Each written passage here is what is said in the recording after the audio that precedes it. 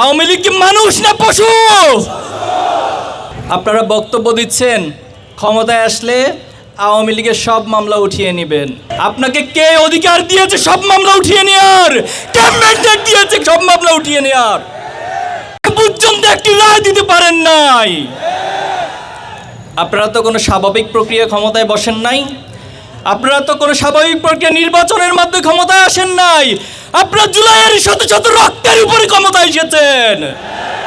জুলাইয়ের রক্তকে যারা ধারণ করতে পারবে, জুলাই শহীদ পরিবারের আকাঙ্ক্ষাকে যারা ধারণ করতে পারবে, তাদের শুধুমাত্র এদেশে ক্ষমতায় টিকে থাকার ম্যান্ডেট থাকবে। আওয়ামী লীগের পুনর্বাসনের জন্য অনেকে প্রজেক্ট হাতে নিয়েছেন। আওয়ামী লীগ কি মানুষ না পশু? আওয়ামী লীগ মানুষ নয়, মানুষের প্রতি মানুষ দয়া দেখায়। কোনো পশুর প্রতি, পশুর চেয়ে নিকৃষ্ট প্রাণীর প্রতি কেউ দয়া দেখাতে পারে না।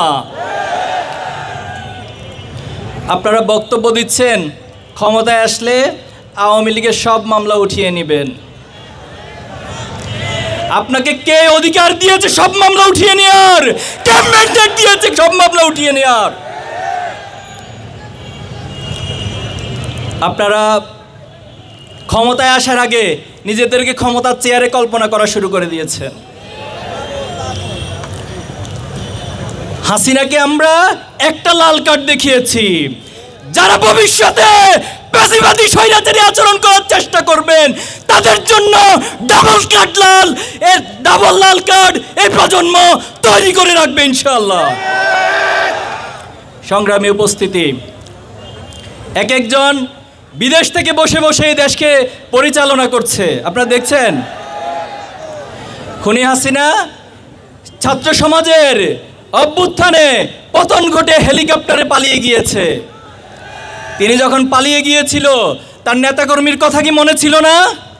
তার নেতাকর্মীদেরকে মৃত্যুর মুখে রেখে যে নেত্রী পালিয়ে যায়, সেই নেত্রীর কথা ধরে যারা আজকে ইঁদুর দৌড় খেলা খেলছেন তাদেরকে হুঁশিয়ারি করে দিতে চাই।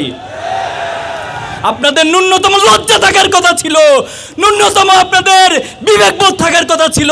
যে নেত্রী আপনাদেরকে মৃত্যুর মুখে রেখে পালিয়ে যায় তার কথা আজকে আপনারা আবার নিজেদেরকে হুমকির মুখে ফেলছেন। সাবধান হয়ে যান। গতকাল কয়েকদিন ধরে সারা দেশে যে অরাজকতা সৃষ্টি করেছেন, অগ্নিসন্ত্রাস শুরু করেছেন, ময়মনসিংহে বাসে আগুন দিয়ে গাড়ির ড্রাইভারকে হত্যা করা হয়েছে, ঢাকা সহ সারা দেশে অনেকগুলো গাড়িতে অগ্নিসংযোগ করা হয়েছে।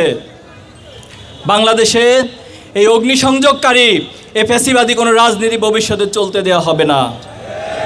বাংলাদেশের ছাত্র সমাজ সেটা হতে দিবে না।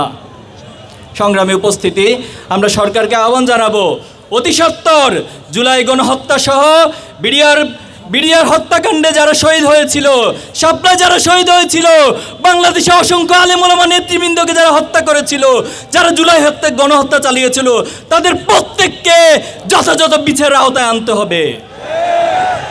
সংগ্রামী উপস্থিতি, জুলাই সনদ জুলাইয়ের অন্যতম আকাঙ্ক্ষা ছিল। এই রাষ্ট্রে দীর্ঘদিন যাবৎ রাষ্ট্রের প্রতিটি প্রতিষ্ঠানকে ধ্বংস করে দেওয়া হয়েছে।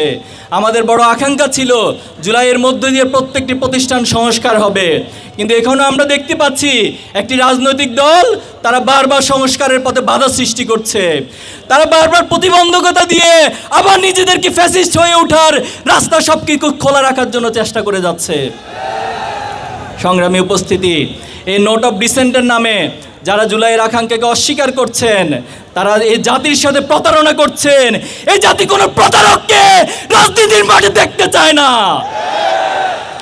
সংগ্রামী উপস্থিতি, যে জুলাই আন্দোলন ছাত্রদের অভ্যুত্থান জাগরণের মধ্যে তৈরি হয়েছে, অথচ আমরা দেখেছি এই সরকার অনেকগুলো সংস্কারের কাজে উদ্যোগ নিয়েছে, কিন্তু শিক্ষা সংস্কারের কাজে তারা উদ্যোগ নেয় নাই।